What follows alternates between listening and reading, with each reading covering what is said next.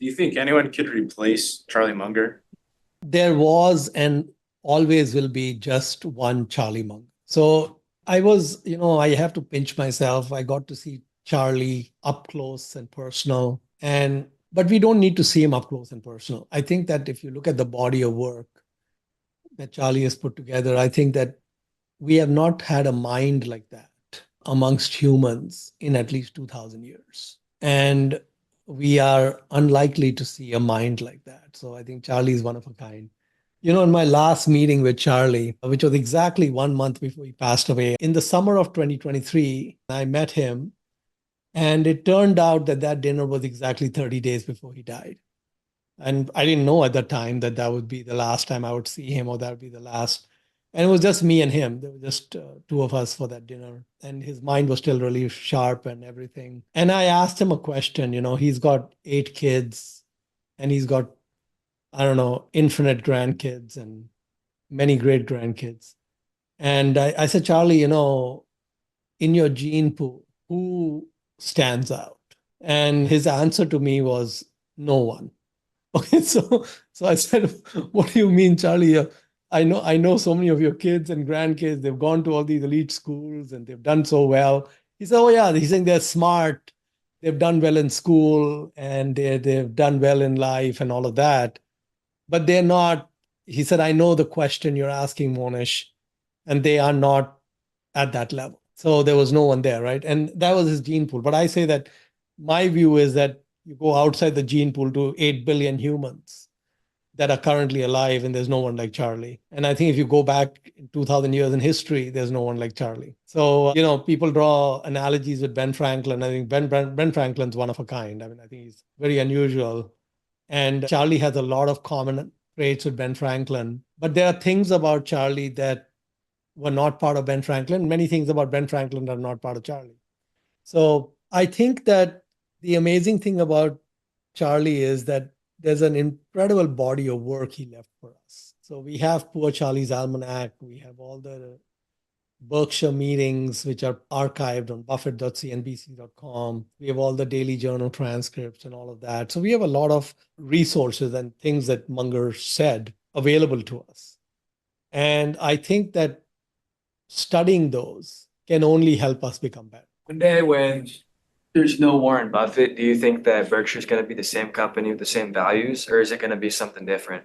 So it's a different skill set to keep Berkshire going than what was required to create it. The creation of Apple needed Steve Jobs, but Tim Cook couldn't have created Apple. But he's proven to be a great leader in managing and running Apple. And so the skill set needed at Berkshire to take it forward from here is not the skill set that Warren and Charlie had led to the creation of Berkshire. So keeping it going is a lot simpler than the creation. Now, having said that, the big challenge with Berkshire Hathaway is size. And its size is a problem even if Warren and Charlie lived forever. So it's not so much a successor issue. It's an issue that would be an issue no matter who's running it. So I think Greg Abel will be a very good leader. I think he's a very capable guy, very smart, and I think he understands the Berkshire culture. And Berkshire has got a lot of tailwinds going for it. It has a great reputation. And so if we have a crisis, which, humans have a good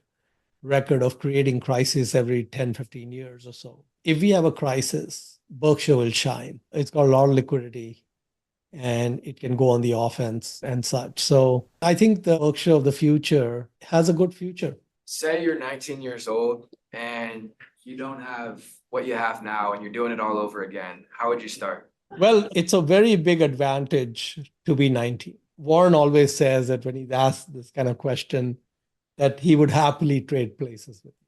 He would give you everything he had, make you 94 years old.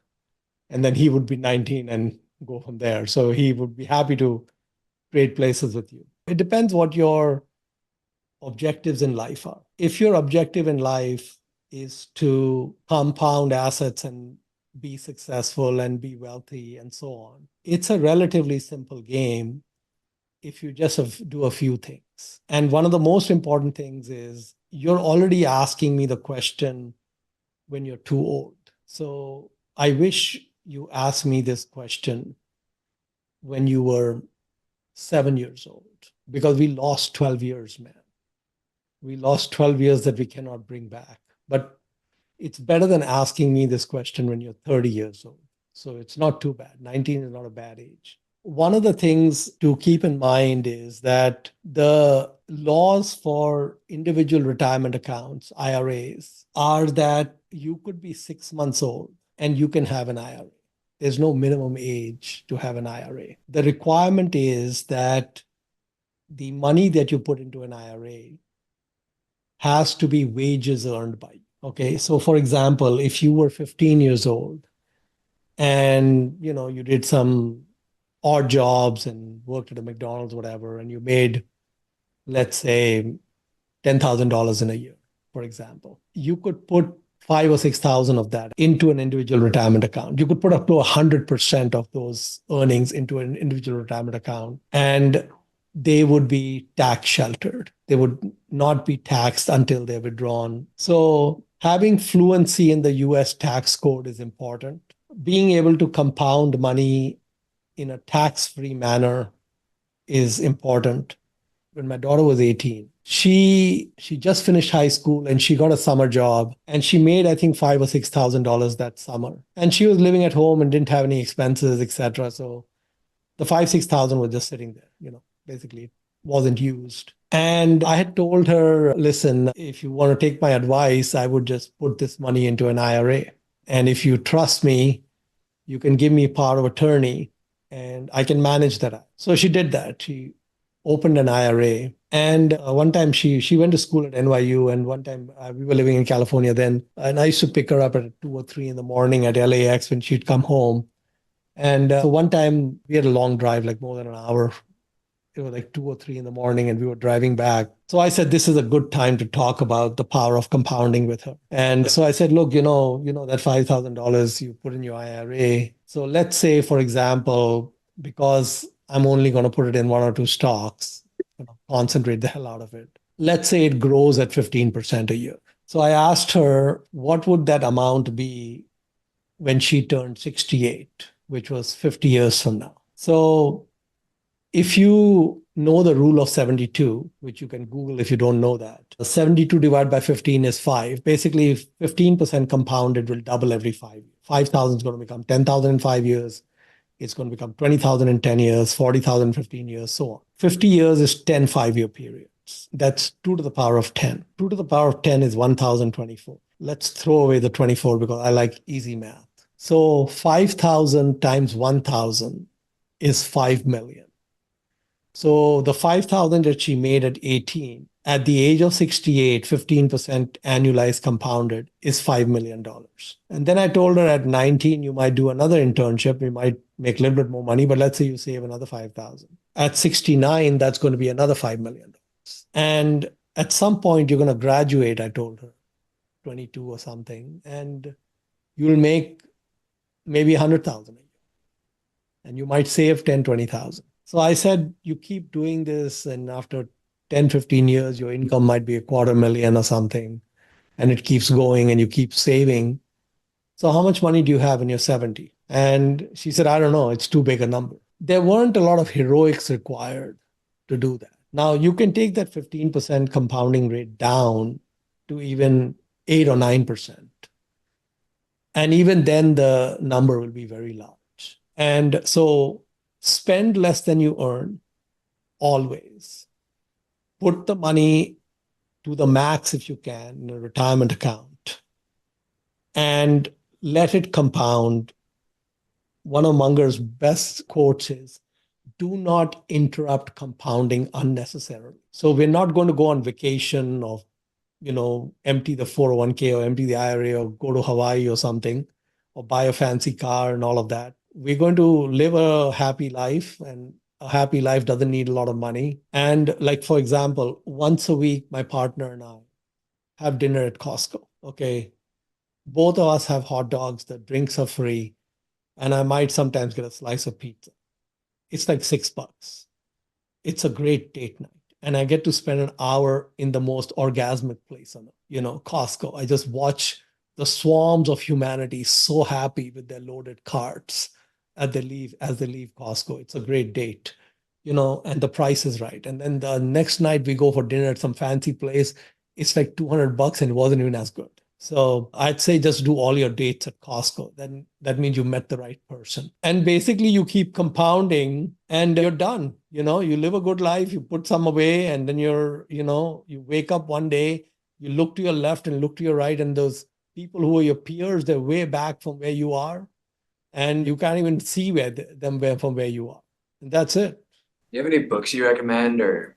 Well, the one book which I'm sorry to say would be of more value than 4 years at UNO would be Poor Charlie's Almanac. And the back half of the book has about 11 talks that Charlie Munger has given over the years. Those are priceless. Those have thousands of years of human wisdom in them. And one of the talks, the 25 causes of human misjudgment, psychology of human misjudgment. I mean, I think I try to reread that talk every year. That talk really does a great job explaining how humans are wired. And it's a huge advantage in life if you understand, especially the wiring defects of humans. Our brains are not rational creations. Our brains are a result of a very messy, long history of evolution. And there's ancestral parts of our brain, and there's newer parts of the brain, and it's a mishmash of a lot of different things. And there's a lot of distortions from reality caused in our brains. And that's one of the reasons. So, for example, we see all these great investors who invested in Valiant, right? Why did that happen? Well, that's partly the result of this crazy wiring the brain has. It's not a, perfect rational creation. It's got weirdness. And so understanding that weirdness can be a big advantage. So you given some advice, for those 19, 18 years old students, what can they do? So what other advice would you give them, like at this stage of life, like in life in general, not just investment? One of the things Buffett talks about, he says that if we hang out with people better than us, we become better. If we hang out with people worse than us, we become worse. That should be pretty obvious when you think about it. Issue that we run into as humans is we have friendships. And sometimes we may have friends who aren't great humans. And they may even pull us down. One of the important things in life, which is difficult to do, is to be a harsh grader with your friends. So you have to increase interactions and friendships with the people who are better than you. And you have to let go some of the ones that aren't quite there. And, a lot of people are loyal. And this flies in the face of loyalty. So if your mental model is loyalty over all else, then you may be hurting yourself long term. So again, I think in life, what happens is that we have choices.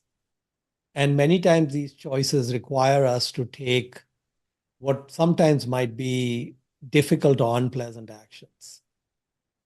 And may even be, one might say, inhumane or, cold-hearted, if you will. But I think that those are really important things to keep in mind. When I became friends with Charlie, I started to meet his friends. And when I met his friends, I was blown away. The quality level of these people was truly off the charts.